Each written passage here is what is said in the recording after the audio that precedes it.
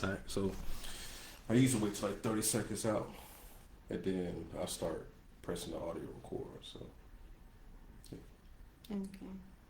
I get you though. You be alright. Maybe you're nervous in the beginning all the time.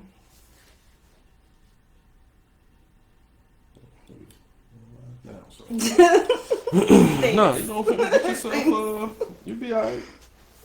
You will be I don't alright. know what kind of followers you got. You might have some crucial people and some cutthroat. Nah, who the fuck that is? Who you got over here? Nah, they cool. You be alright. You'll be alright.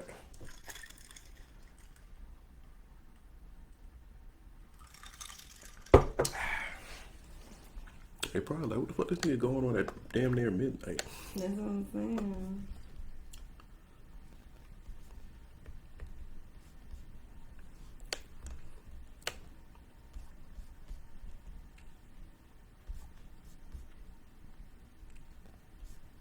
It's been a while too, so about a couple of weeks. I ain't did one since Oh, since it's been Pheonix. a while, a couple of weeks. I ain't did one since Pheonix. A while is like What you mean? You think a it's like some while. years? Alright, gotcha. Hello, everybody. Podcast Slam. Your host, Sue Forever, and welcome back to the MD Podcast Show, aka Brett Holland. Remember, new name, same game. All right. It's been a couple of weeks, man. The last episode that we had, we was in Pheonix, man, celebrating my boy Arthur wedding. You know what I'm saying? Congratulate to them too. Congratulations to them. That's why I know it's been a while. I'm over here stumbling over my words, but we traveling with the podcast and stuff. And while I was in Pheonix for that wedding, I ran into a special person. You know what I'm saying? I met somebody there. She go by the name of Ramona Dixon. Yes. All right. She was there at the reception. She was the friend of the bride. Also played ball with her in college and stuff like that. So the question that you're dreading the most, tell me about yourself. Like, where are you from? Tell everybody where you from and what you do. All right, so hi everyone. My name is Mona Dixon, and I am a motivational speaker as well as I am a doctoral student currently. A doctoral student. Yes. Okay. All right. So tell me how you get into what you was doing. So when I met you at the reception, all right.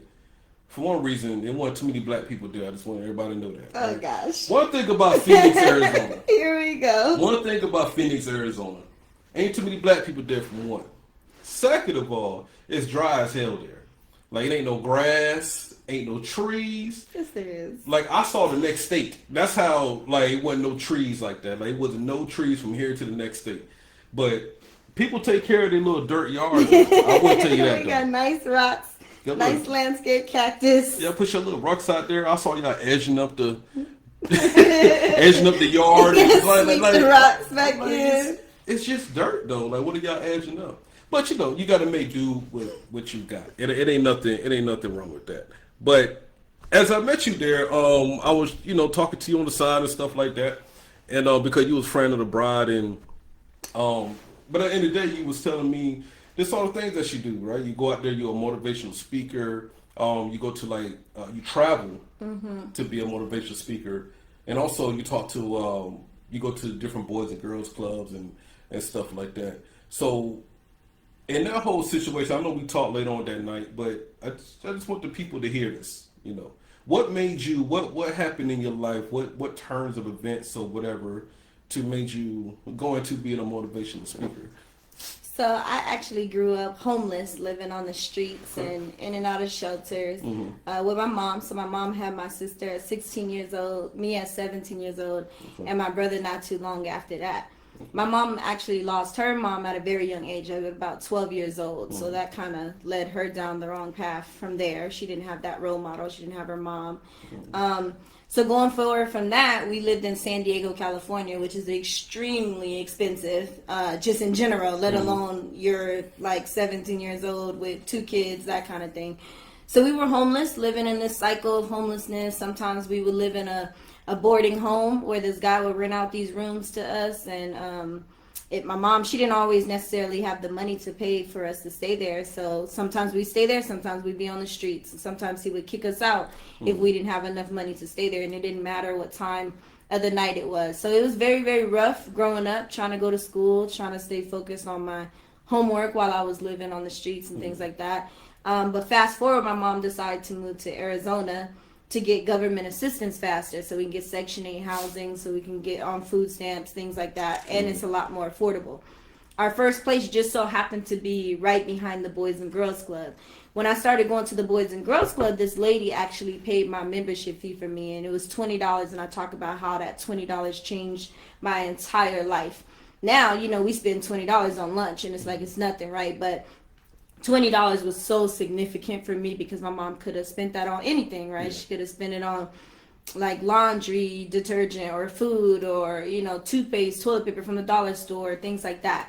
But this lady, she paid that for me. I started going to the Boys and Girls Club, and the Boys and Girls Club pretty much changed my life. It gave me a place to go every day after school. It was a safe place. It gave me mentors. It gave me all the resources I needed to be successful in school, homework, you know, Wi-Fi, pencils, pens, whatever I needed, I had at the Boys and Girls Club. I made friends. That's where I first picked up a basketball, all those different types of things. And then going to the Boys and Girls Club, they have this program called the Youth of the Year, which is like the highest award a club member can receive. And it's based on your story, how the Boys and Girls Club impacted your life. You have one-on-one interviews with the judges. Then you have panel judging. So I did that competition. I started doing that competition because I wanted to win scholarship money. Like, that was my sole purpose. I didn't care about anything else. But so real quick. Yeah. Real quick. So you Yeah. you about to go all the way to the present time, but let's back it up real quick. How we gonna speak it? No, Told you how much good. you want to know. You good? We gonna break it down. There we go. We gonna Okay. break it down. No, you good though, and I'm so glad that you like into this, and you know it really helps. You know what I'm saying? Some people come away here, they're like, yeah, nigga, I was homeless. That's it. Right? And then they just look at me all crazy. Okay, all right, well, let's Can we get into it. You know what I'm saying? elaborate? But let's back it up a little Okay. bit. So how old were you when you was homeless? A little girl, actually. So from like 3 all the way up until I was 13 years old. So for about 10 years. 13. Mm-hmm. And y'all was pretty much jumping from shelter to shelter type situation. And Yes. San Diego too. Yes, so like there's short-term shelters, Yeah. like the Salvation Army, right? So you would go there. You had to be there by a certain amount of time, because they only had a certain amount of cots available. Yeah. So you get there, you stand in line. If they got cots available, you go, you good. But if they don't, then you get turned away. So then we would end up sleeping on the streets, going in dumpsters, pulling out cardboard boxes, like finding the most safe spot that we can sleep at. How many of y'all was it? How many siblings you have? I have 2 siblings, so it's 3 of us, and then my mom. Okay. Mm-hmm. And girl, boy, or I have an older sister and a younger brother. older sister, younger brother? Okay. Older sister, younger brother. Okay. Now your oldest. How old is she?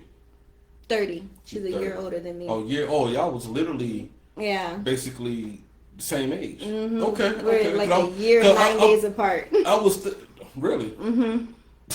That's crazy. Yeah. But life be happening like that. It's kind of crazy. I was thinking like more she was older. You know what I'm saying? And she was, because a lot of times in that situation, the older sibling would act. I might have tapped it, but I'll edit it and splice it together. Sorry about that, folks. But anyway, yeah. So the older sibling, like my sister, she used to always go run to her daddy's side of the family and come back eating like seafood and all that. Like, you know what I'm saying? Like, damn, like, how come we can't? And I don't even know where me and my brother don't even know where our dad is at. You know what I'm saying? I think my brother do, but he knows his dad is a crackhead and stuff. Oh, like that. So, gosh. you know, but I definitely understand that. So, But I had my godmom. So I was going to my godmom house all the time. I mean, where I'm from, godparents really don't do shit.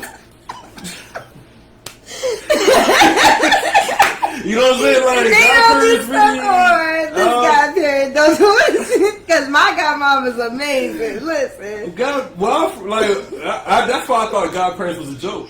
No, it's real. Like, well, from godparents, we don't do shit. You know what I'm saying? It's like, You just got the title. yeah, just my mama friend. That's it. You know what I'm saying? Like, they didn't really buy me shit. They didn't really, you know, I don't know.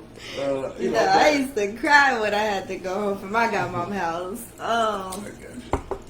So, all right, San Diego, and then shelter in San Diego. And then y'all moved to Phoenix. What made y'all move to Phoenix? To get on that government assistance and food stamps faster, and it was cheaper. Okay, I got you. Would y'all take the bus over there, or y'all just? We took the Greyhound. Oh God, that Greyhound is old faithful. You know what? The Greyhound. I would never get on the Greyhound again. Well, knock on wood that I don't have to get on the Greyhound again. You're still grown now. Oh, you might have to get on one, but yeah, go goodness. ahead. Why would you not get on one? I got on a Greyhound one time when I was an adult, called myself trying to go back to San Diego to meet with friends and stuff while I was in undergrad, my freshman year in college. It was the worst. They stopped at the worst places, the nastiest, but it stinks on there. It's just terrible. I was like, this is what we was riding on. But when you're a kid, you don't really know any different, but I was like, never again. I feel you. I took a Greyhound from Fayetteville to Brunswick one time, and my mama almost killed my brother because my brother was already in the army. He didn't want to drive back to drop me off, and he like, I'm gonna put this nigga on the Greyhound. Don't you ever put my baby on a Greyhound again? I didn't even know until I got older. I graduated from AIT, and I had to take the Greyhound back home to get my car and shit. And that shit was crazy. It was crazy people on there. Right. It was like, but I had my little headphones on. I just hear and stuff like that. But I definitely understand that. Yeah. So, how life changed once you got to Phoenix? How much did it change? Or so when we got to Phoenix, we actually were able. We stayed with my godmom for a little bit, actually. Okay. And then, because you gotta look, because you got an actual godmother. That's a slight flex. It's like a fairy godmother over here. Okay, yes. So we stayed with her for a little bit, and then we were able to move into a long-term shelter. So that's where you actually have a room there. We all live in the same room, my mom and my siblings and me. And then you can go, you leave, you come back when you want, you have dinner, you have 3 meals a day, you actually got a place to stay, kind of a thing. So that was one. And then after we got out of that shelter, we was able to get on Section 8 housing and get our first apartment. Okay. So it was definitely on the up and up when we moved to Phoenix. Okay. Did your mother end up getting a good job or stuff like that? So my mom, she was going through these different programs that the shelter was offering, and then they put her in school, so she started going to Gateway Community College and taking courses and workshops, things like that. And then from there, she was kind of only doing, jobs, she was a crossing guard before out here. So nothing, too big, just working for the elementary schools. Just to keep something going there. Okay. Absolutely. So, you do public, speeches, right? You talk to the Boys and Girls Club. Well, did a major event or something happen in your life that you just felt like as you got older, you're I'm gonna tell my story to these kids, or just give them motivation, or just maybe that was it. You know what I'm saying? Just from 3 to 13, you was jumping from shelter to shelter. Short term, long term, and a lot of kids in the Boys and Girls Club, they got broken homes. Mm-hmm. They come to the Boys and Girls Club to kind of escape. Right. See their friends and stuff, play sports or whatever. Is that the story that you telling them? Hey, I came from a broken situation in the Boys and Girls Club? Because that's really what kind of puts you back on track, right? Was the Boys and Girls Club, right? Yeah, so the Boys and Girls Club changed my life, and then my mentor there asked me to be that Youth of the Year, which was what I spoke about earlier, the different components of the competition. Okay. So I started at my club level competing, and then I won that, went on to state, the local level, and then state, I won state, then went on to the regional level, won that, then to the national level in Washington, D.C., and I won that. At the regional level, the Boys and Girls Club has clubs on military bases as well. So I competed against a person who was from Japan, and then it's Hawaii, California, in the Pacific region. Then I went to national region where I competed against all the other regional individuals, and then there was a military person. What's the competition about, though? What do you have to do? So you have that speech on what the Boys and Girls Club means to you. You have the one-on-one interviews with the judges, and then you have panel judging, and then you have a packet as well. So what are your grades? You have essays that you have to write. You have to get letters of recommendation. It's very intense. Okay. So that packet follows you through all the levels, and then you have that speech and the judging processes along the way. They actually just named the new National Youth of the Year yesterday, actually. But so anyways, once you become that Youth of the Year, the National Youth of the Year, you're a youth spokesperson for a year for Boys and Girls Clubs of America. So you're traveling, speaking on behalf of the Boys and Girls Club, sharing your story, speaking on behalf of the millions of kids they serve. And then from there, and like I said, I started doing that because I knew that I could win scholarship money. So that was my motivation. Get to college. College was going to change my life. I didn't want to share my story at first because I was ashamed of telling it. I didn't want people to know I was homeless and things like that. But then scholarship money, that motivated me. But as I started to speak, I started to see how my story, by telling it, was impacting the lives of other people. And it was changing the lives of youth because I could get donors to give to this organization, give to the cause so that other kids could have the same opportunity that I did. So then I started to learn that it was bigger than just me when I told my story. So as I was on those stages, people started to ask me, Mona, could you come speak to my school and things like that? And I'm like, oh yeah, sure, why not? And they said, well, how much do you charge? And I'm like, charge? Like what? So I'm thinking like, charge? I didn't know people charge. And they was like, yeah. So at first I was getting honorariums, just little amounts, whatever they would give me. And then from there, it was just going up and up and up and up. And then it turned into a career for speaking. So I help nonprofit organizations raise money by being their keynote speaker, or I speak at graduations or corporations that are philanthropic and they support nonprofits. How much you charge that your first one will speak? You know what's so crazy? You got $25? I be telling people, yeah. Well, my first ones, they was giving me like $100. $250, things like that. But those were mostly local, like when they were offering those kinds of amounts and things like that. I mean, don't enclose what you get paid now. Yeah, you've been doing this for years though, so whatever you getting now, you earned that. You know what I'm saying? So, yeah, but actually, I actually have to get better with that. With actually going after what I'm worth, right? Because it's a mindset shift, right? Like sometimes I feel almost like, how can I be charging to speak and I'm trying to give back to charity, or I'm trying to help charity, and I'm like, who am I to charge thousands of dollars or this or that in order to just get on the stage and do this? But people are like, Mona, you're offering a service. These people are making, thousands of dollars. Like it's a business. It's your time. You're away from your job. You're away from home. Like you have to be compensated as such. So, when you provide a service, you get paid to do that, just like anybody else in their field. So I'm still trying to wrap my mind around that as if I do deserve that. You know what I mean? So, I mean, my last partner with this whole podcast thing, that was like his thing. Eventually you're going to start charging motherfuckers to come over here, right? You know what I'm saying? Because, you exposing people, and, you kind of promoting them at the same time, and at the end of the day, you entertaining people at the same time. Right, so it's right. like, you might want to try to figure out how to charge people to come on. And I was feeling like you were like, no, man, it ain't even like, anybody can come on here. And I wanted to stay away from that. That's why I was trying to have like a set cast, so I don't have to. But I don't think I'll ever get to that point now, unless somebody pick me up, like a major platform, like sign you to. I'm like, okay, all right, now I'm sorry, you got to pay me to come on. But that's my work though, because at the end of the day, I've been doing this for like damn near 10 years or whatever. Right.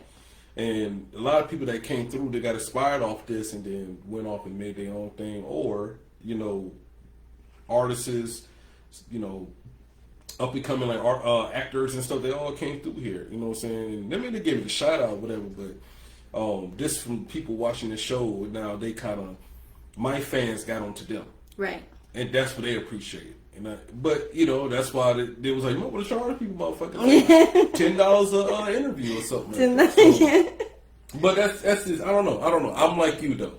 Yeah, or at least start doing But some it's still- advertisements and things. I mean, it's coming. you I know, mean, all I'm kind of about to stuff. be monetized and all that. But I feel you what you were saying though. That was like, well, how I'm supposed to be telling them my life story and telling them the but I'm getting charged. You know what I'm saying? It's like I'm getting paid to do this. Yeah. That's like Al Sharpton. Al Sharpton get paid like $200,000 a speak, but he's doing a service though. Right. He's fighting for our people, you know, technically, you know what I'm saying? Even though they call him an ambulance chaser. But I'm just saying, in that sense of what he's doing, he's a voice of our people. Right. Type shit. So, you know, so he need to get paid to travel around and speak to everybody. Because he's talking to the slums in London and he's coming back to talk to the slums in the country. But I definitely understand both sides of the fence, which you talked about. With that. Yeah, my sorority sister, I remember she was telling me one time that, you know, people will say like, well, why doesn't she just do it for free? And she was like, do you work for free? You know, do you work? And, do you? And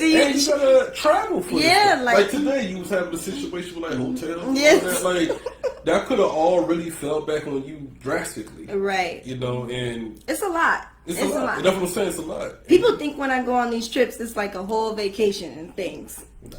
And I'm like, no, this is work.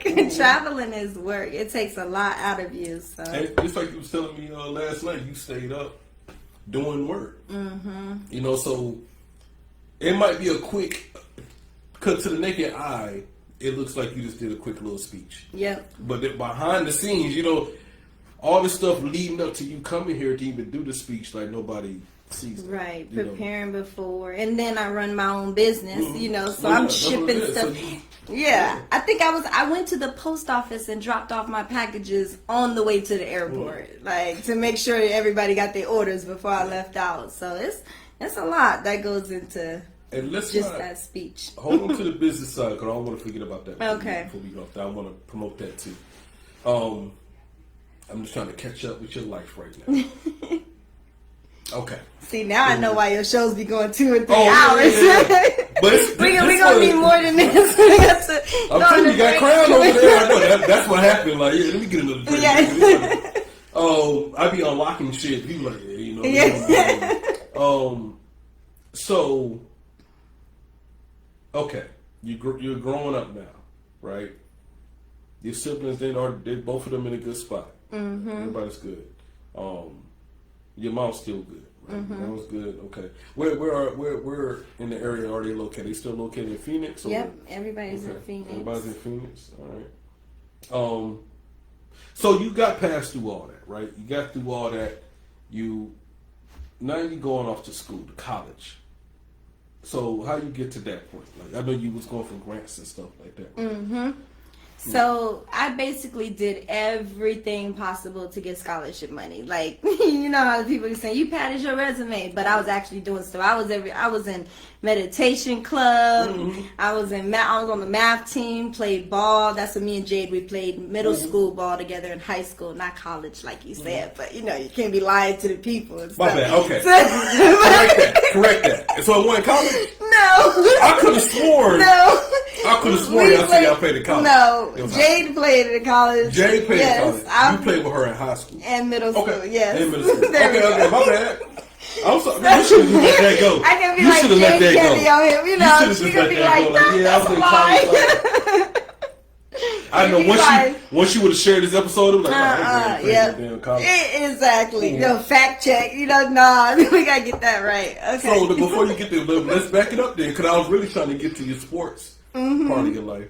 But in middle school and high school, and shout out to Jay, that's Arthur White, you know, the newlyweds and stuff. You was a little point guard, huh? Mm-hmm. I got to see this though. Like I got to see the video and stuff of you. Oh, you're not gonna see that. I told you I think YouTube erased our stuff. But when you got to college, so you played ball, middle school, and high school, right? But when you went to college, it was none of that. What did you focus on more in college? Academics. Just academics. Yeah. Okay. My goal was to go wherever was going to give me the most money.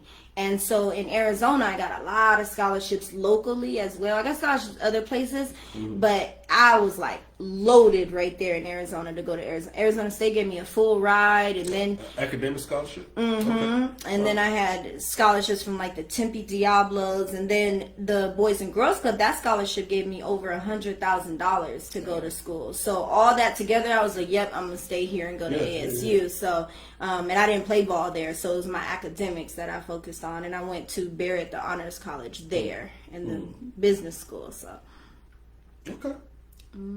Cause I just think you just got some interesting things. Like when I was talking to you in Pheonix, you just kept like coming up with these Easter eggs and shit. Like, hold on, what happened now? Like, back that up a little bit. Like, oh yeah, I was homeless. And you said it so nonchalantly. I was like, what the fuck are you talking about? You homeless? For what reason? Like, she got a pool at her crib now. So I don't understand. Like, okay, hold on, my nigga. Like, you got a whole pool out here on the side of the house, right? That I barely saw. You know what I'm saying? I had to see it. Like, nigga, I'm like, oh shit, that's a whole pool. You like, yeah. Like, no, I didn't see that. But now I was more interested in the story. It's like, oh man, you came from a homeless situation and you stuck through it. All of y'all did. Your whole family did. Y'all stuck through it. You end up going to college and stuff. Do your siblings end up going to college and everything? So my sister, she tried to go to community college for a little while, and then my brother went to Arizona State as well. Okay. That's cool. All right. But you went through all that and go to college on an academic scholarship. And that's just gangster. Academic, because you know how high your GPA got to be to college, full ride. Yeah. On an academic scholarship. That deserves like applause in its own sense. Yeah, I graduated third in my high school class. Third? Mm-hmm. From Arizona? Mm-hmm. God damn, you are like super smart. And I don't think it's being smart. It's doing your homework. That's all you gotta do. Do your homework and study it. You're right. You could be book smart all day, but like anything outside, because you just know how to retain shit and then. Yeah.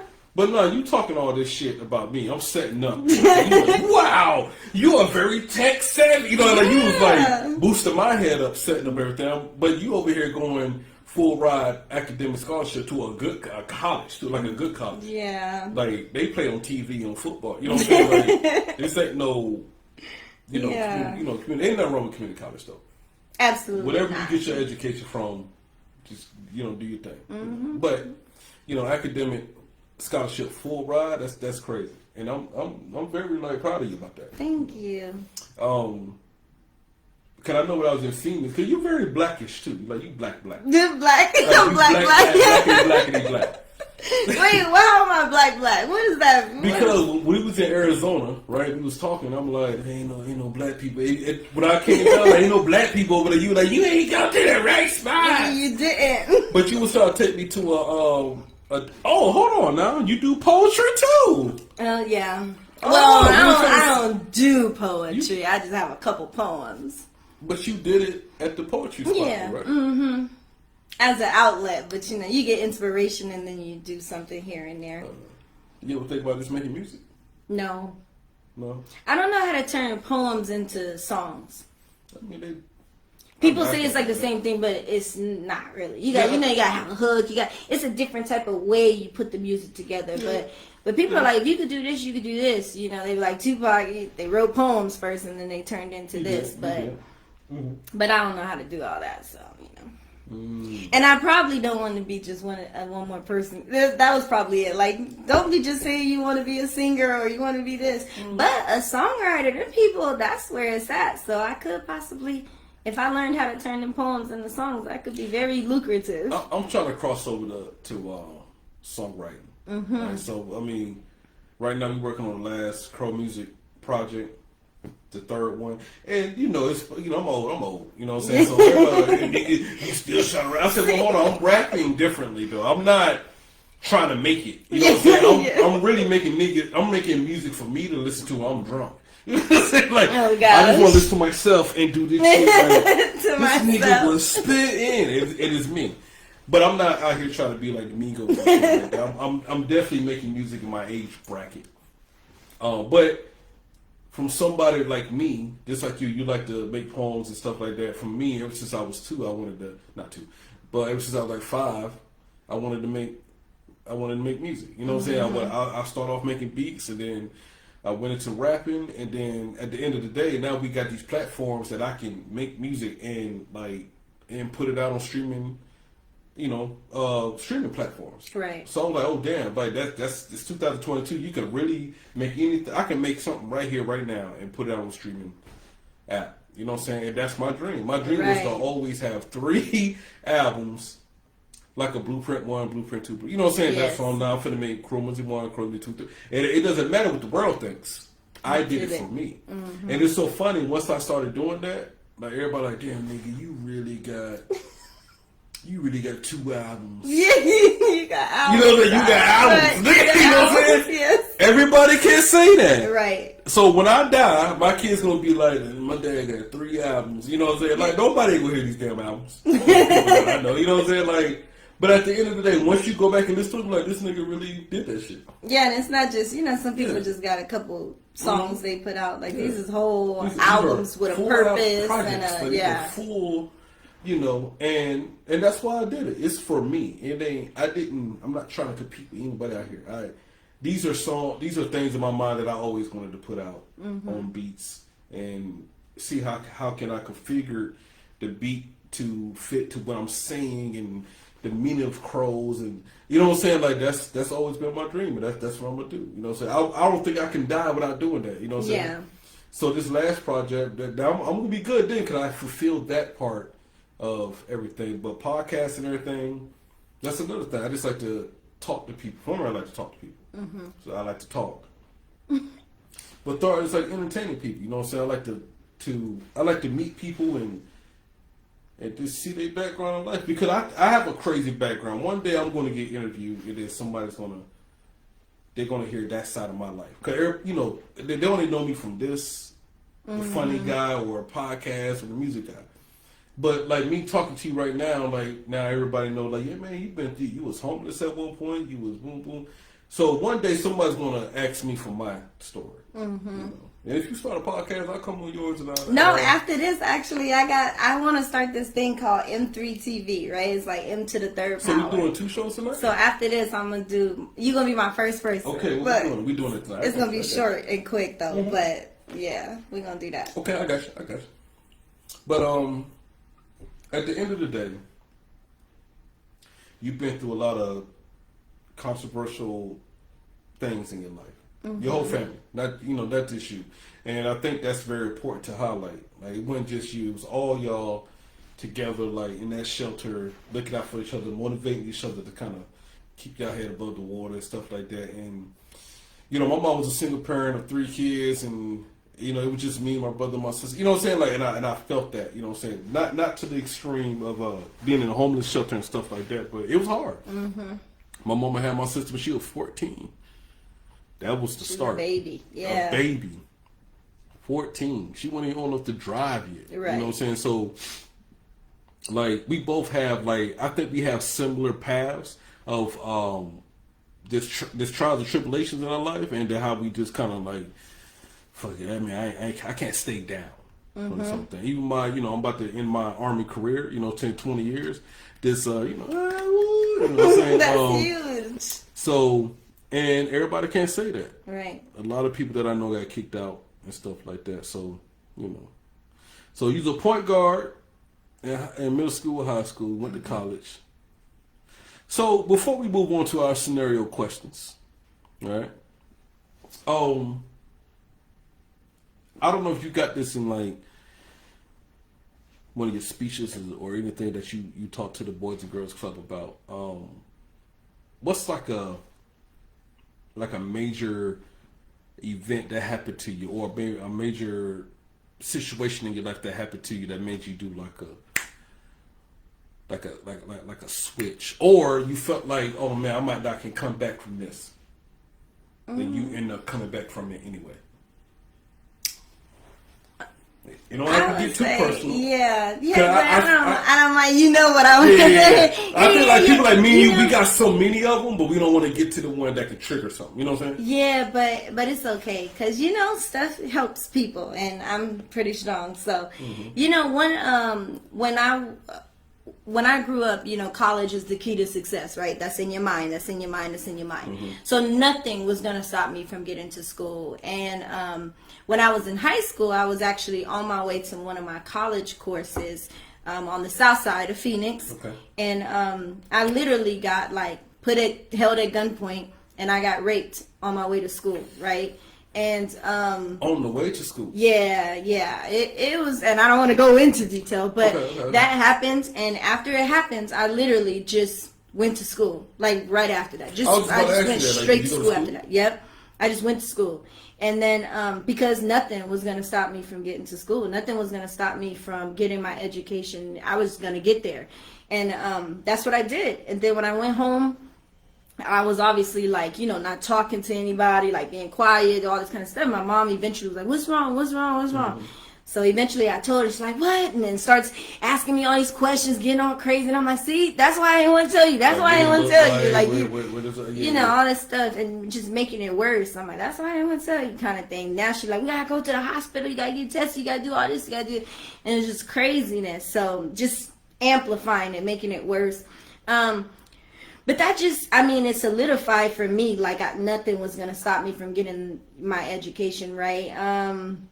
So that was rough for me. But it's crazy because that reminded me of another time when me and my sister, my mom, she would make relationships with, the bus drivers. And we would get on the school bus even though we didn't have money.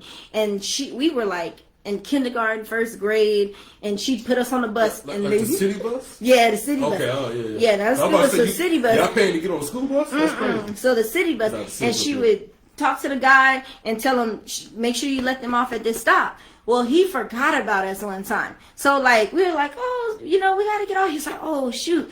So he lets us off, and he's like, you remember how to walk back? So we had to walk back over this bridge, right, to get to school. I'm afraid of heights.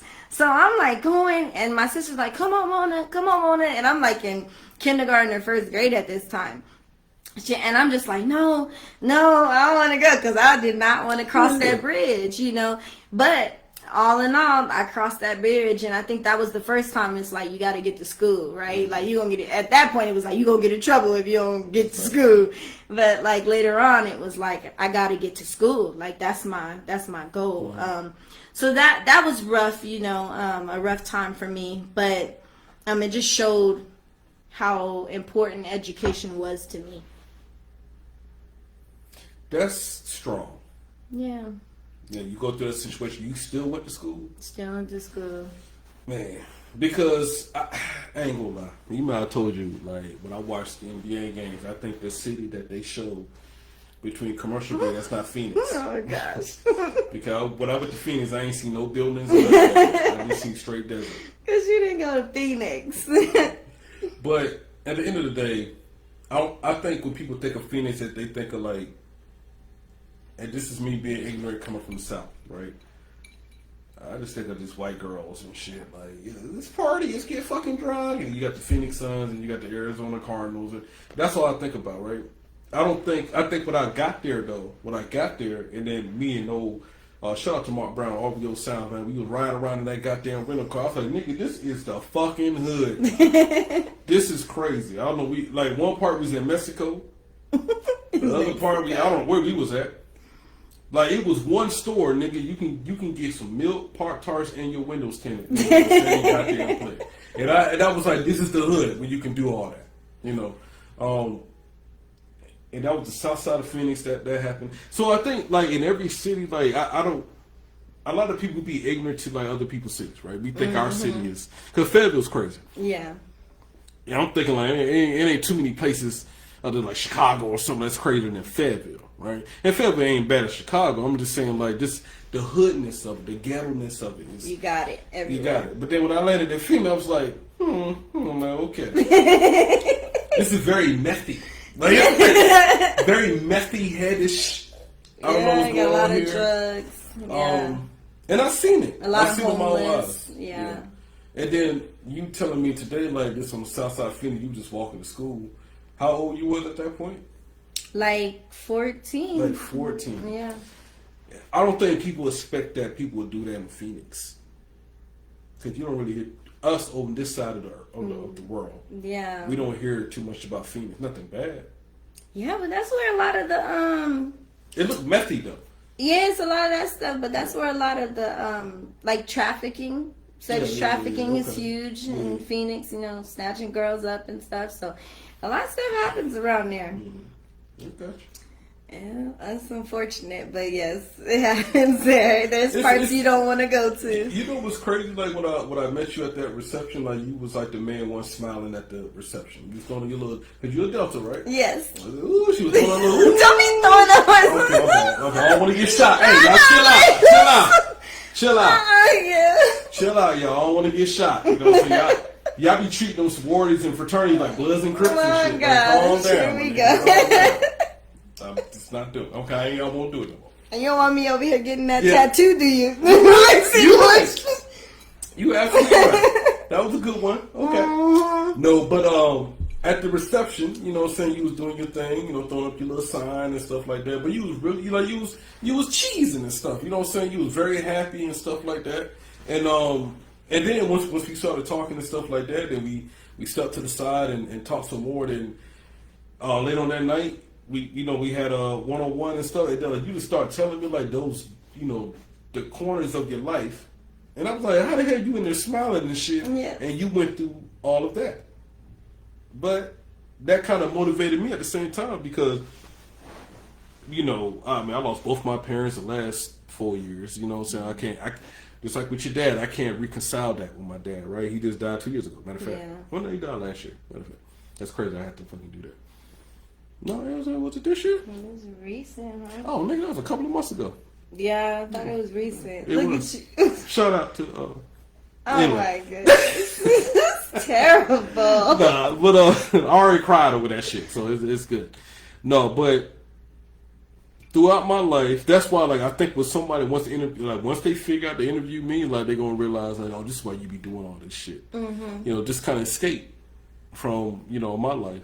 But no, seeing you at the reception, man, you was the one cheesing the hardest and stuff like that. Then once I talked to you later on that night, like privately, one-on-one, like I was like, damn, you went through a lot, and you just out here like, you know, this life is life. You know, that's how you know you've been through some shit. Yeah. Life is life. Like at this point, it can't get no worse. Yes, things could be worse. It could be worse. Trust me, I did that. I did the worst already. You know. But very happy for you and everything that you're doing right now. It's so crazy we meet in Phoenix and then you came on my side of the world twice already. Yeah, twice. Speaking at Boys and Girls Club. It's only and stuff. been like a month or so. Yeah. Mm-hmm. But very happy for you. Very happy for you. Thank you. You motivate everybody. You motivate me at the same time. Especially as a strong black woman, because you blackity black. You know what I'm saying? You very black power, just like like my sister. You can't tell her nothing. So let's get to these scenario questions. All right. Unless you got something else you wanna say before we get into these scenario questions. Mm-mm. We can go. Take a sip of your drink. Oh gosh. I do want a refill. Oh gosh.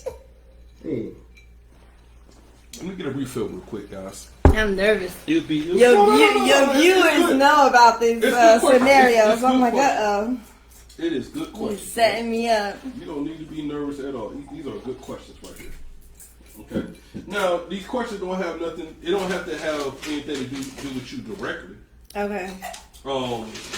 Hypothetical questions get people in trouble. I know they do. Hypothetically. Yeah. But real quick, how you feel about Kanye in the White Lives Matter shirt? How you feel about that? I don't like it. You don't like it? No, it don't sit right with me. I don't know what the purpose was. Me and my cousin was kind of talking about this, and he was saying some stuff, and I wasn't agreeing with it, but he was just trying to say that their lives matter too, and I was just like, oh no, I don't like that kind of stuff. I don't even want to be having that type of conversation when people talk about this stuff. I'm like, there's a reason why we say our lives matter, and we shouldn't have to say our lives matter. We would be grateful if we didn't have to say, that statement shouldn't have to be relevant, but we have to say that. And I just go back to that same thing with I go to the Boys and Girls Club event, right? Mm-hmm. I go to the Boys and Girls Club. We're raising money for the Boys and Girls Club. We don't need somebody coming in there and saying, well, the YMCA needs money too. We know the YMCA. You know what I mean? YMCA lives matter too. Yeah, to get money. Or we go to a breast cancer event. And somebody's like, well, what about prostate cancer? We know. But right now, this is the hot topic. This is the thing that needs it. This is relevant right here. This is what we're talking about right now. Kind of a thing. Or the same thing is I always say, if your house is on fire or something like that, and the fire department comes and go to this house, everybody else gonna be like, well, my house matters too, but your house isn't on fire right now. My house is on fire, so I need you get what I'm saying? So I don't be having no discussion. No, I didn't like that. Real quick, shout out to Edgar, shout out to Tony. What's up, man? I see y'all podcast come back on. Shout out to Little Mary, you know what I'm saying? Come back on her. I hope you have fun in Houston and stuff like that. I think when it comes to Kanye, right? I think Kanye is low key. It's like this. You know who Charleston White is? Mm-mm. Oh damn!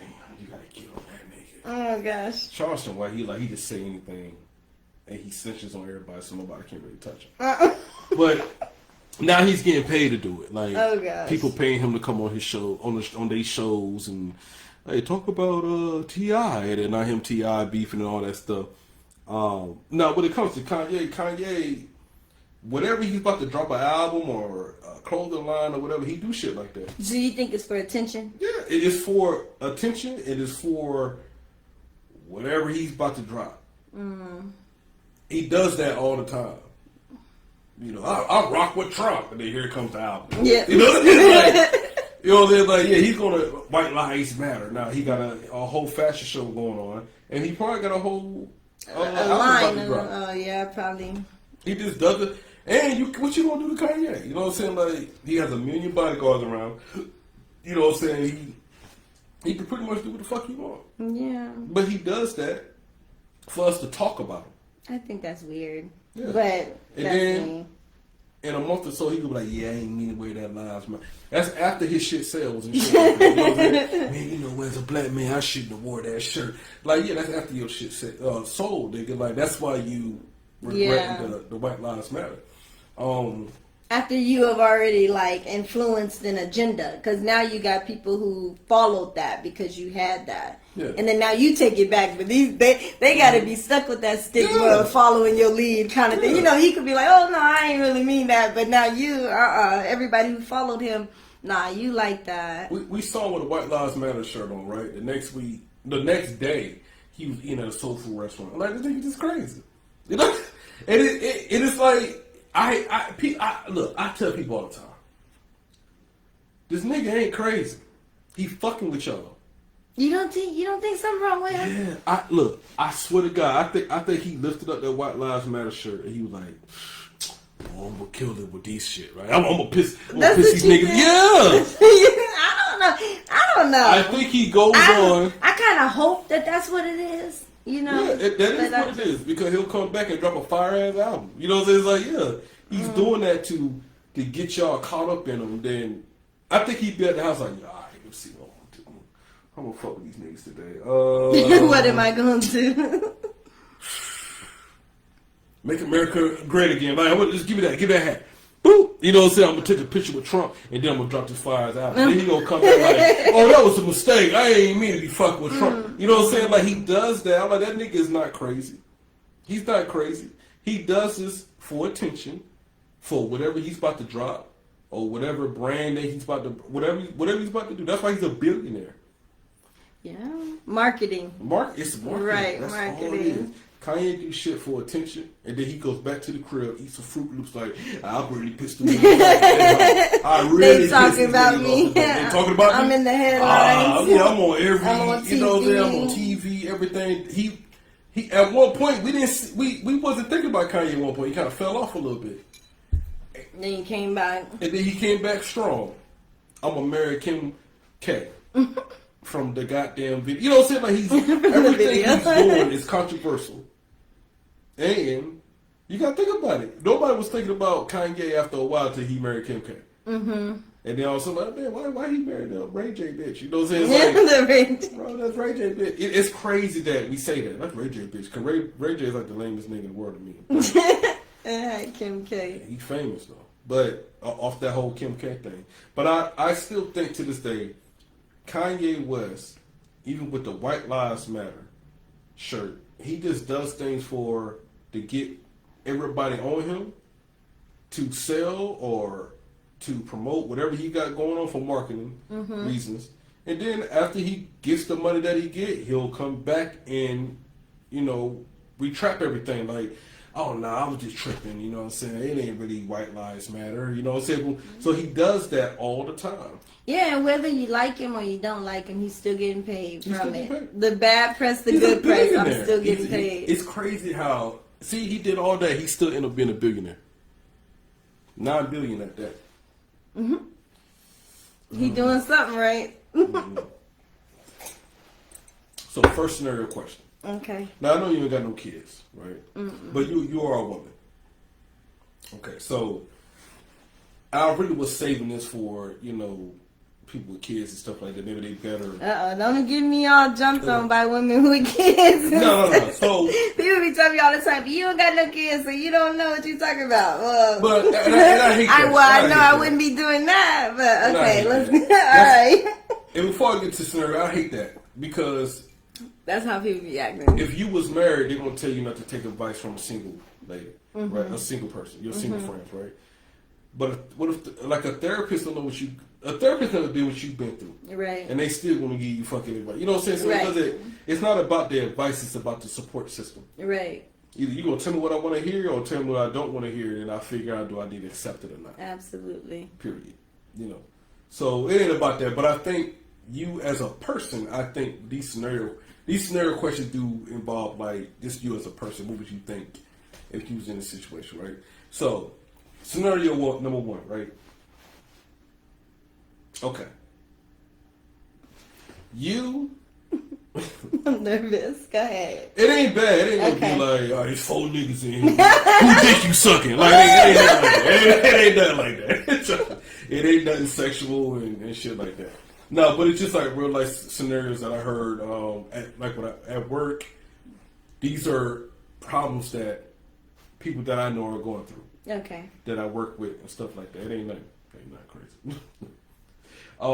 So let's say you had a child, right, from a dude, okay, but he ended up not being in the child's life for whatever reason, right? But you end up marrying somebody else, but he ended up being like a great stepdad. Okay, so 12 years later, the child's 12, you end up passing away, and the biological father finds out that you passed away, right? So now he want to come back and get his child, right? Now, the stepdad is like, oh, hell no, nigga, like, I'm the one to raise this motherfucking child. Like, where have you been? But at work, it's split at my job. It's half of these are just men. I'm just talking to men. You know what I'm saying? And I can't talk to you're the first woman I asked because at the end of the day, the woman has passed away. You know what I'm saying? But I'm talking to these dudes. Half of them are deadbeats, so I don't know why they even argue with me. But they was like, I'm coming to get my damn child. You know what I'm saying? I was like, gosh. So I was like, what about the stepdad? And they was like, no, the stepdad don't got no fucking rights. Yes, he do, nigga. Were they married? Yeah, the one she married and raised up to 12. You know what I'm saying? So, and I was like, what you talking about? You know what I'm saying? Like, yeah, that's all he knows at that point is the stepdad.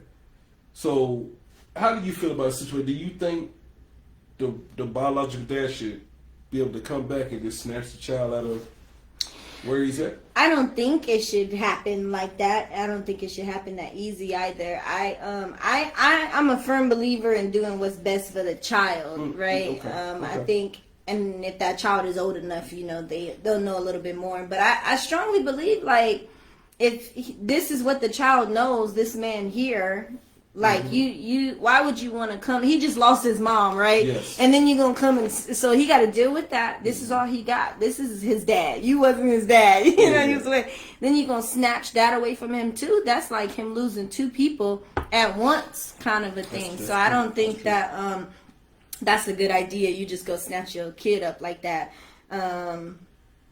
Yeah, I don't think that's right. I think you could come and say, you know, I think a real man should come and say, hey, I would want to try to build a relationship with my biological. Yeah, and like, you know, what can I do to help? I know he lost his mom, you know, all that kind of stuff. If you want to come around, but don't just be coming trying to yank a kid out there. This is my child. I'm taking him. Like, nigga, who is you? Yeah, the child is gonna be like, who is you?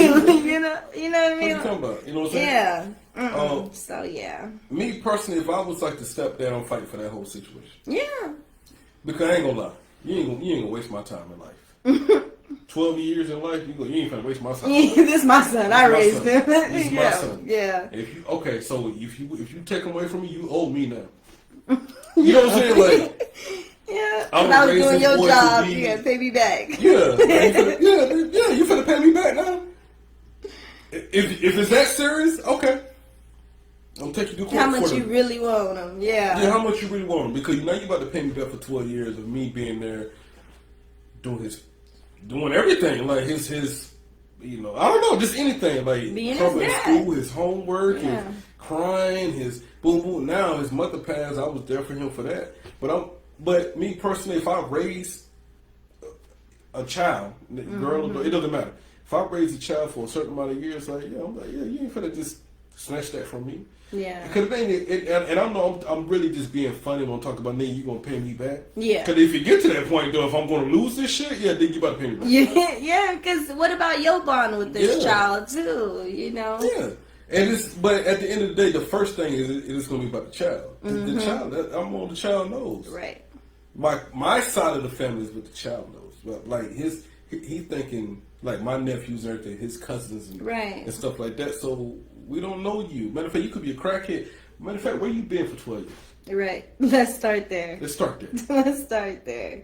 Yeah. And at work, he was like split in half. That's my blood. I said, that don't blood don't mean a goddamn thing. And that's how I know, like, when niggas ain't been through shit. When they think that blood overrides everything, like, no, you ain't been through shit. If you was really in the trenches, like, really had to go through, like, a struggle or something like that, it doesn't matter if they're blood or not. It's like whoever's going to just be there to help you, like, you know, rise above. Yeah. You know? So, because I got cousins that I don't even, like, they blood, but they didn't help me get to where I'm at now. You know what I'm saying? So, okay. So, you going on, nah, you ain't finna take that chance. No. Okay. That's the first question. And I wonder what happens, you know, when you get married and it becomes a stepdad. But I guess they would have probably had to go through like official adoptions and stuff, huh? In order to have rights, and then you got to get it from the father or something like that. That is the piece that I left out, though. No paperwork, like no adoption and stuff like that. That would make a difference. Because if he adopted a child, the biological father can't do anything about it. Yeah. But yeah, no paperwork involved. Yeah, I mean maybe he can come back and. Well, he probably could. Yeah. Yeah. So second one. All right. And really, I was supposed to be saving these, but you might be the last one of the year, so I'm just want to talk to you about it. Might be the last episode of the year. So you know who Corey Holcomb is, comedian? Okay, this to be fully transparent, I don't be watching TV a lot. I don't be in entertainment a lot. Entertainment, barely. Okay. I be on social media more for like business. Like I put what I put and then let people respond, not to like scroll and be in other people's business. You know, that don't pay me. It don't pay me. It don't pay the bills. I don't even know him. You sound like a pimp right now. Your business don't pay me. Like you know, like damn. My friends all the time be like, Mona, how you don't know this song? How you don't know this song? I be like, I don't know. So I'm behind on all the shows, everything. So okay, let's do. So Corey Holcomb, he's a controversial like comedian, right? He just says whatever the hell on his mind. Right? And he said this one statement, and I'm gonna play it real quick. I'm gonna play it. I'm so glad you said that, Marcus, because I'm finna say some shit that's about to be all over the internet. I already know it. I already know it. But it's the motherfucking truth. And motherfuckers can act like it ain't the truth, but this is the motherfucking truth. Give me that one more time. What did he say he'll do? He said he'll give him $6,700 to spend a day with him. This is the son talking to the father? Yeah. Well, basically the public, because he's trying to put that out there on the internet. He put it out there. That's the one where he said it, yeah. Listen to me, America, please believe me when I tell you this. This is not all men, but I would say it's about 80% of men. If we don't love your mother, we don't really love you, motherfucker. Oh, Now, hold on. Oh, that's rough. It's rough, but low key true. You think so? 80%? Not 80% though. That's real big. No, That's the majority of men. Now I have I had stitched that video. But before I say my part of the story, what do you feel about that? So I do know about that story. Well, I do know a little bit. I know I had a little context, the 6,700. So I did see that on social media. So first, starting with that, $6,700 is a lot of money a month. Man. Well, okay, let's start there. Let's start there. So and this is where I get like, but you know who you talking? It's 50 Cent son. Yeah, I don't. That's the thing, though. Like, okay, so I'm not big on entitlements of things like that. Like, you got the drink, and I said thank you, and you said you don't have to say thank you. I said no, I gotta say thank you because you didn't have to give me this drink, right? So he has to take care of his son, but I'm a firm believer, and maybe that's because how I grew up and I value the dollar and things like that and all that kind of stuff, but I just need to be taken care of. Like, my mom, all she had to do was make sure I had shoes. She tried to make sure we had shelter. You try to make sure you have food, the basics kind of thing. I don't believe in because I make all this kind of stuff that my kid gotta get all this type of stuff. Like, I'm gonna get, because one day I'm gonna be rich, right? And when I become that, I'm gonna take care of my kids. I don't plan on spoiling them, but I'm gonna give them what they want. They'll have nice things, but I want them to work for what they have. I'm not just be giving them stuff like that. So I was curious, and I went on old boy's social media, and I saw the lifestyle he was living. Living it big because his dad's 50, he getting $600-700 a month. I saw him with stacks of money, taking pictures with it and stuff like that. I'm not a fan of that type of stuff. I'm not a fan of because I make all of this, I have to supply your mom's lifestyle and your lifestyle. I could get you a basic apartment anywhere and I'm taking care of you. I don't feel that I should have, because I did well with my life, I have to do all this lavish stuff. I don't have to do that. Yeah. I just got to take care of you and give you the basics of life. That's what I feel like. And I feel like that's what's wrong with a lot of people today. They are entitled to things, and I'm not a big fan of entitlement. It's just like what Shaq told his kids. Y'all not rich, I'm rich. Exactly. But what's funny about that whole 50 Cent and his son? At first, he was given he had to give him $500,000 a year, right? And his mom said that wasn't enough. Went back to court. And then it dropped down to $600-700. See, being greedy. Yeah, and that's why 50 Cent nigga, I was giving you, nigga, I was giving y'all. Yeah. You could be making $500,000 a year. $500,000 a year. $500,000 a year. Your mama went back and tried to get more. Be greedy. Yes, I'm about to drop it down. But now, when it comes to $600-700 a month, that really ain't shit. It's not nothing compared to what he's making and stuff. No, it's not nothing to compare to where. All right, so because what kid can't live on $600-700 a month? Because it depends on where you live at.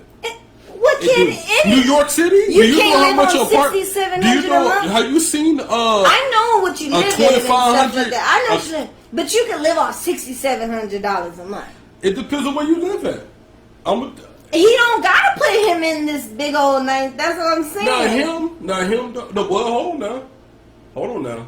Now, this is why I'm going to defend. I'm going to defend Marquise. I'm going to defend The kid? him. That's the kid? Yes, the kid. I'm going to defend him because for one, you gotta understand who his daddy is. It's 50 Cent. It's a real street nigga that beef with every fucking body. So he can't live anywhere. Okay. He just can't do. You know what I'm saying? Because in retaliation, they might come and get this motherfucker because of what 50 Cent did. Okay, so why he flashing money on his He just because he's 50 Cent son. He's gonna get anything. He's gonna get work. He's gonna get. But that don't attract people to come try to get that money but from I'm saying, you. but he mad. The son is mad at the wrong person. He should be mad at his mom. The mama. The mom that- You know what I'm saying? That's what Yeah. 50 Cent saying. Nigga, I was giving y'all $500,000 a year. Your mama went in there and fucked that up. The judge said, "Oh, okay. Now you saying 500,000 ain't enough? Oh, it's 600-700. Yeah, but that doesn't stop. I mean, but then again, if that was the case, he could say your mama messed that up all he wanted. But that doesn't stop him. I know plenty of dads who pay child support plus give more but if they I'm gonna tell wanted you what, to. as long as he's paying what the court is ordering him to pay, he's going to be Gucci. And then the son gonna turn around and disrespect me. Like, I think at this point, he like, all right, nigga, you want to disown me? Fuck you. You know what I'm saying? Like, I can't. It's petty. It's petty, but I got other kids. I got other kids to take care of. But it's a child too. At the end of the day, this was 25 years old. Oh well, then that's 50. You're a grown man. That's 50 Cent thing too. Like, damn, nigga, you're 25. You're a grown Why man. are we still talking about you? See, that's what I'm like. But $6,700 a month for New York City, that's not for Fayetteville, North Carolina. That's not a lot.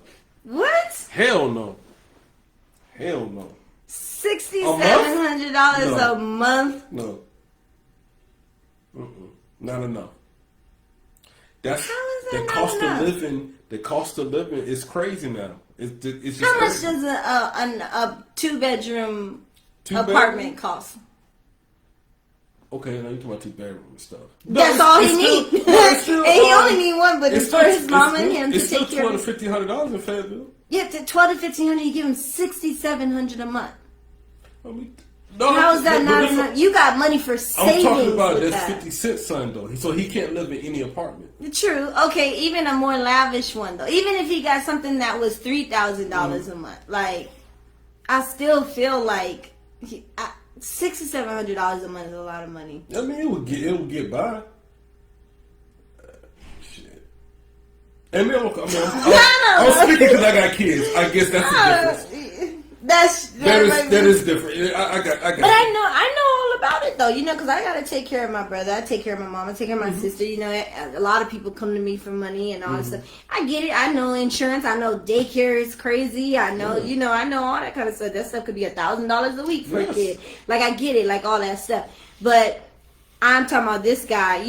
I just. But I feel like he could have been doing other things though. 50, like it. You could have been teaching him how to run businesses. You're a businessman. You got all this stuff. You should have been doing all those things. How does he flip his money in a positive way?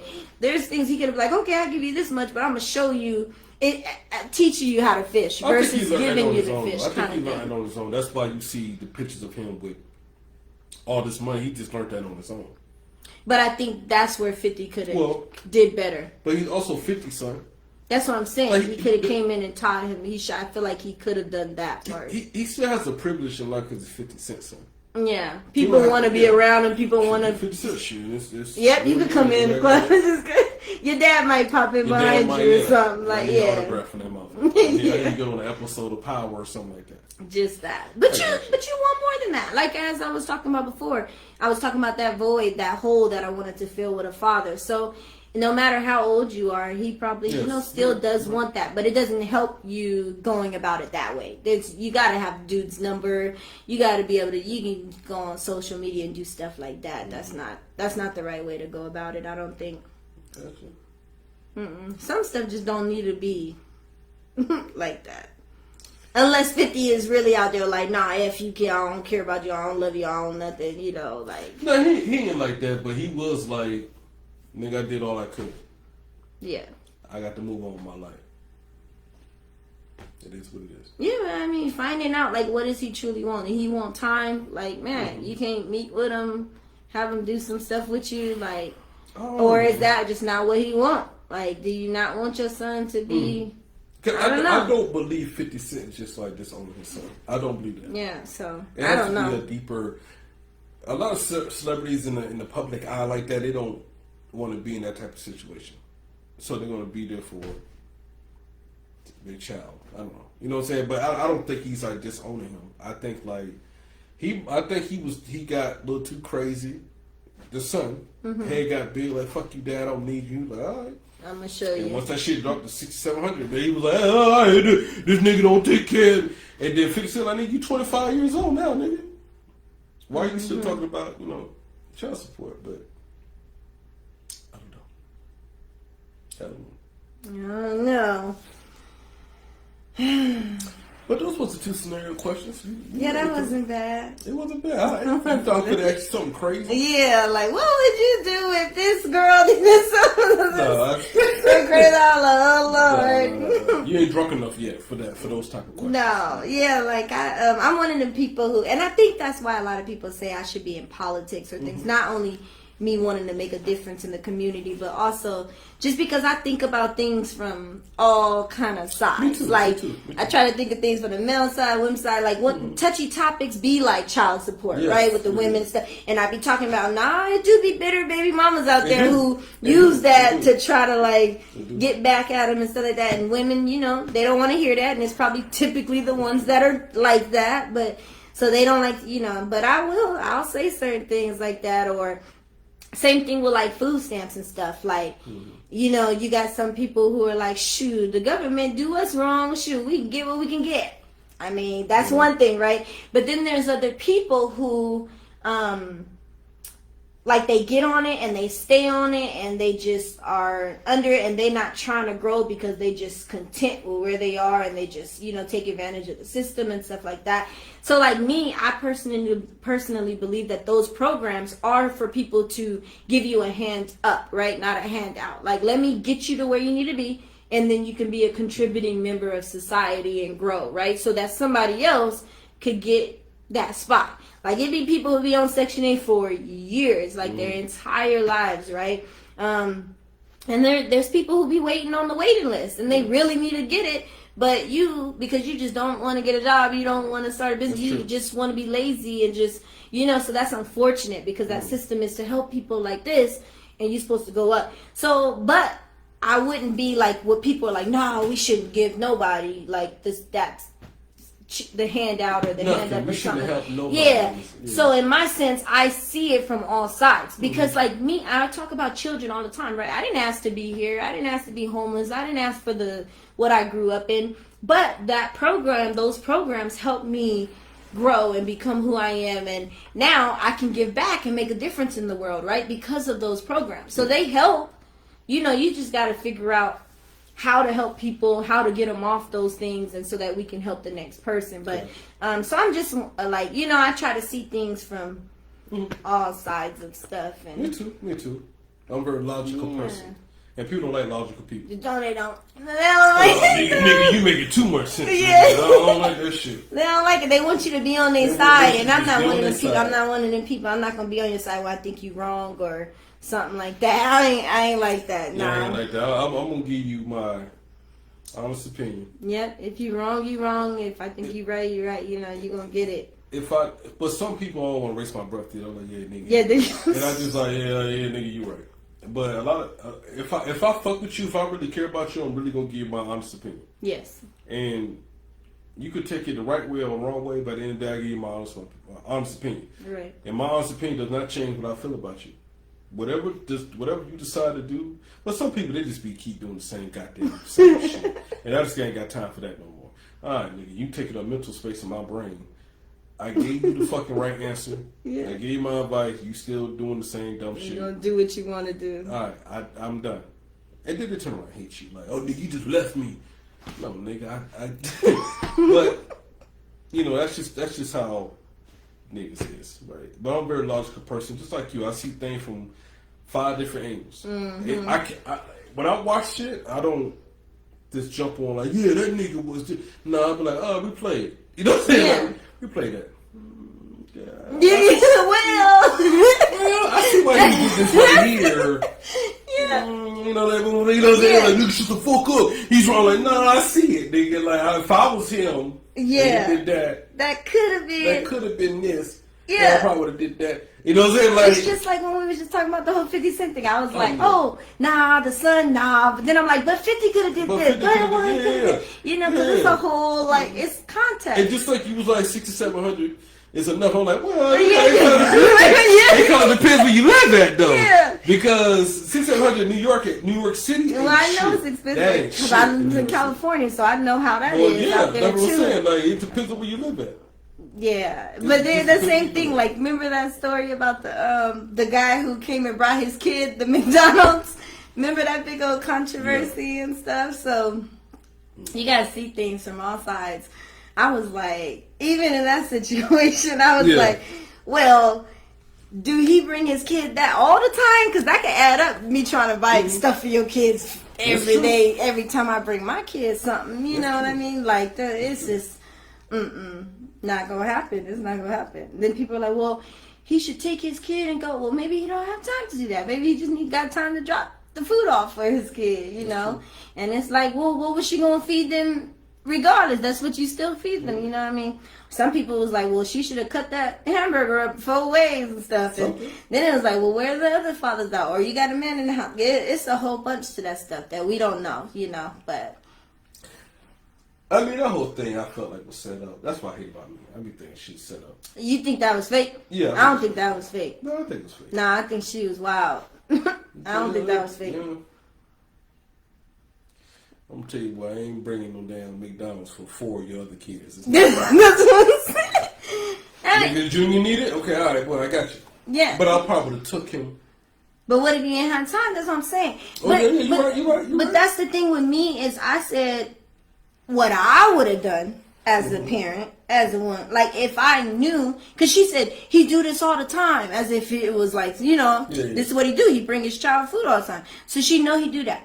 Me as a mom, I'm going to be like, oh, are you going to McDonald's? Oh, if I give you money, can you bring food for all of them? Because he's not responsible for all of them. But you know he's going to bring it and you know they're going to want it. So then I'll just be like, can you grab it and I'll pay you for it? You know what I mean? To bring it for everybody and then problem solved. Like, but he's not obligated to get all your kids' stuff. No. So do your part in that. You know, she's talking about I think she was on like stamps and stuff too. I forget. I don't know. Like waiting. Well, I mean, There's she some was craziness. just But ratchet. yeah, but I didn't like that. I was like, this man trying to do, and I'd be like, that's the problem. Y'all want the man to do right by his kid. He trying to do right by his kid, and that's not enough now. Now it's not enough. Now you got to do right by all your 4 kids and stuff. That's how women do. Y'all always add to the like. We get to hear with y'all, and then it's like, oh, well, but you ain't doing this. Then people be like, it's morally. Well, morally, I gotta do this. All you don't know what my budget. He might have just enough to take care of his kid, and he doing that. He might barely be able to do that, and you want him to stretch and do all this other stuff. But you know, I don't know everything about the story, but I'm just saying, like, it's context to everything. But it's men that don't bring their kid McDonald's. And now you about to stop this man from bringing his kid McDonald's. That's what I'm saying. And now you about to stop him from doing that because you're doing too much. You're doing too much. Window everything. He already struggling. That's what I'm saying. You out here throwing food and doing stuff. Like, just doing too much. I don't know. Yeah, so that's why some people be like, Mona, you not fun. I be like, I'm going to tell you what I think. And you are like that. I am. I'm gonna tell you what I think, and I ain't gonna be taking nobody's side if I don't think it's right. I don't think it's right. Let's talk about your business though before we get out of here. Okay. What's the business that you have? Yeah, so I have a stationery business. Well, it started out as greeting cards with black people on them. You know, so like mahogany cards kind of things. Inspiredbymona.com is where you can find them. Okay. So it started out. Where'd that come from? You just talking like, yeah, these girls out there ratchet and shit. Inspiredbymona.com. Yeah. Where you can find the cards. Yes. So it's positive stuff. So anyways, that's what it started out as. And I actually started it during the pandemic because my speaking engagements were getting canceled and everything because of, COVID and everything, traveling. So anyways, it started with that, and then I started to become a vendor for Delta Sigma Theta, my sorority, and then it just blew up from there. Like, they were asking me, oh, can you create planners? And then I did planners, then it was calendars, then it was stickers, then it was pins, and then it was tumblers and stuff. So it just expanded. So most of my products are geared to the sorority, but then there's other products, but I do custom stuff too, like baby blankets or adult blankets, pillows. One of my mentors, her mother just passed away, so I did like a custom pillow for her.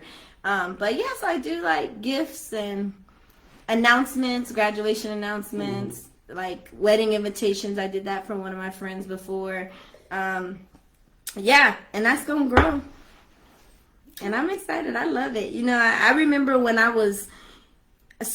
first started out, I would drive over 16 miles to go to the nearest Office Max to print out like one card if somebody ordered me one card. So I was losing money, gas, I was folding the card like by hand, go to the post office, put a stamp, like all that for one card. And then now I have a whole office space with, it was crazy when I got that. And now all my inventory is in there, buy stuff in bulk, like I'm doing business globally, like getting supplies and things. So it's definitely a blessing. And all of that was in a matter of like 2 years. All of that. So yeah, but it's exciting.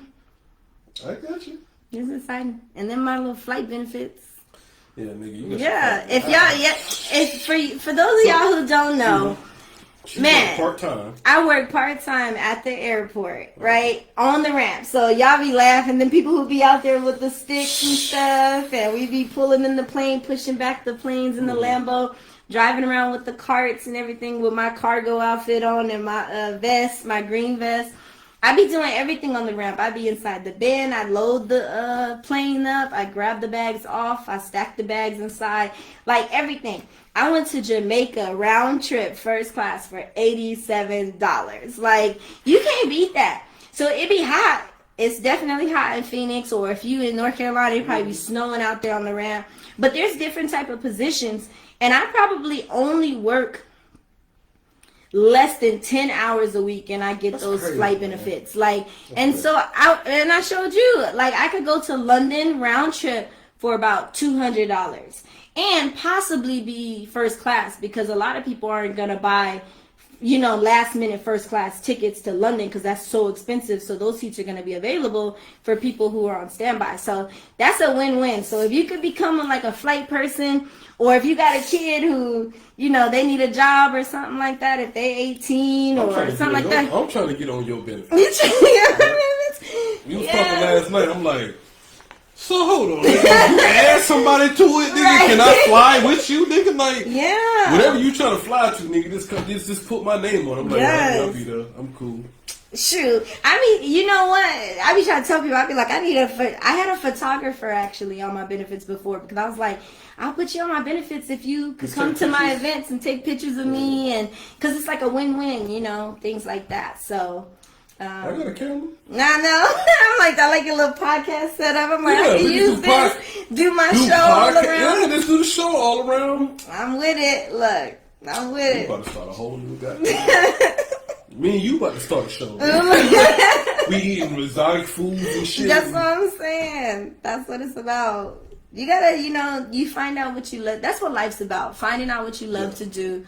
And then doing it, like you doing it, right? Like you about to go back to school, and pursue your passion. Yeah. And then you got, your podcast, your music. It's like, find your passions and what makes you happy. I think we spend a lot of time in life trying to make other people happy or try to satisfy other people, and we forget, like, what makes us happy. Well, that's why I feel in the Army. Mm-hmm. I feel like if I went in the Army, I'd be famous already. Just doing what I love. But I had to finish that career out, you know what I'm saying? And at one point, you sign a certain contract that's going to ride you to the 20 years, so you can't get out of that. Yeah. I'm like, damn, fuck me up. But, I'm here at this point.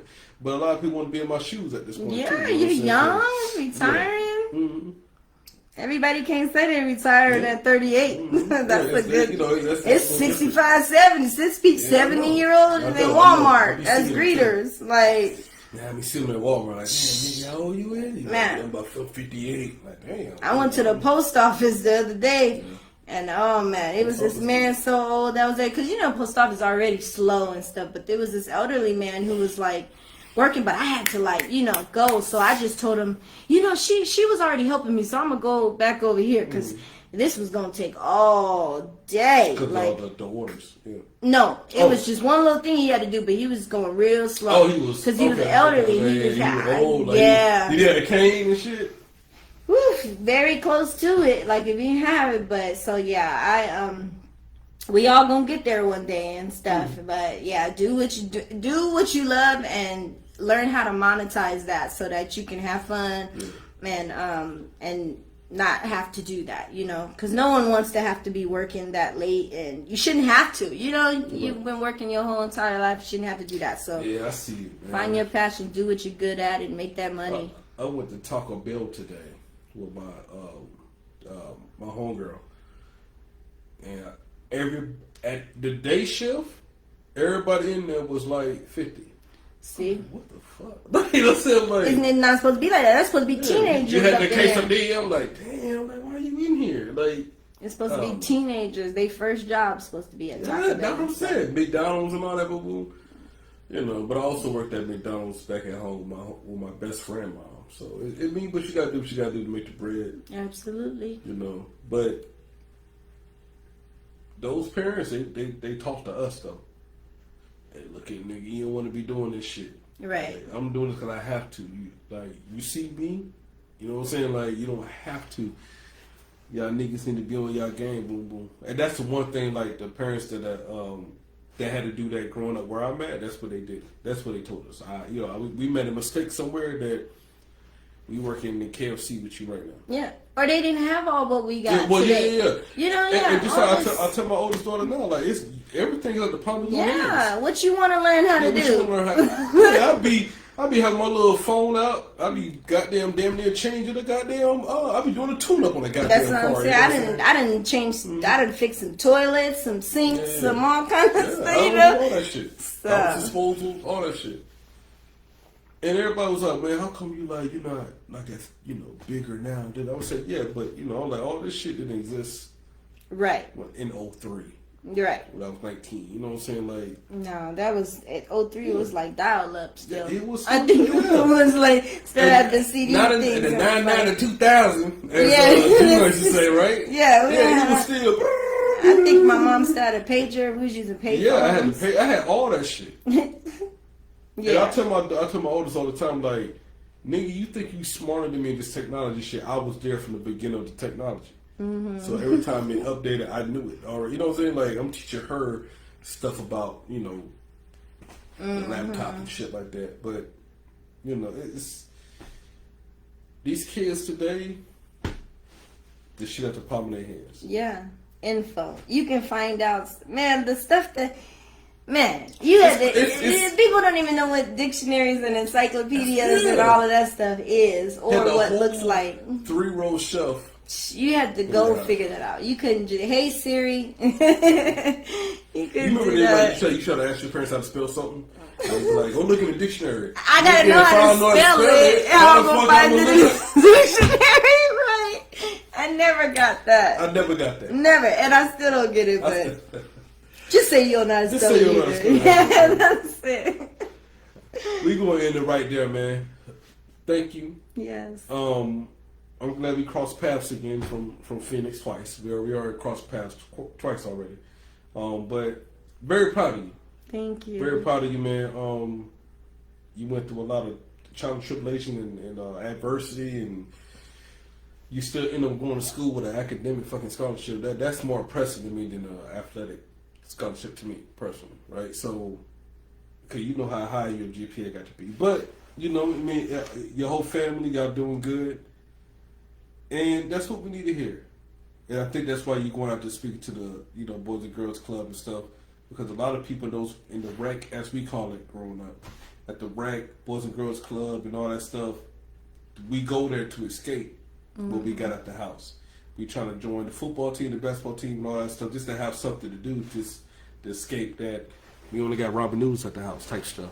So Very proud of you. Thank you know. you. Thank you for having me. No, it's cool. It's cool. I'm gonna catch you on the basketball court one day. No, You know what I'm saying? Since you that can't them use days point is guard. over. Since you can't use a point guard at one Them point. days is you know. over. You got anything else you want to say to the people out there? No, just have fun, love life. Mm-hmm. Don't make little things big things. Yeah. Be true to yourself. Yeah. Don't stay in your own lane, right? I feel like we were all given gifts in the world, and we just gotta. Our goals in life should be to discover what that gift is and use it to make the world a better place and make our lives a better place and make other people's lives a better place. Yeah. And I always say, like, when you stay in your lane, there's no traffic there. When we start to get in other people's lane, just like when you're driving on a freeway, when you start merging and doing all this stuff, it causes chaos and traffic, and you're trying to be somebody else who you're not, and all that kind of stuff. And so definitely just try to be, yourself. Be every day. You should just be striving to be the best version of yourself. But just have fun, live life, do what makes you happy, and be kind to people, give back. We need a lot more love, right? Definitely need that in the world. We got a lot of hate, we got a lot of craziness out here. Just smiles go a long way. Speaking to people go a long way. Just be cool, like have fun, live life, make it simple, and make a difference in the world, because we all need it. And if we all strive to make a difference, it'll make the world a better place for everybody. So exactly right. Yeah.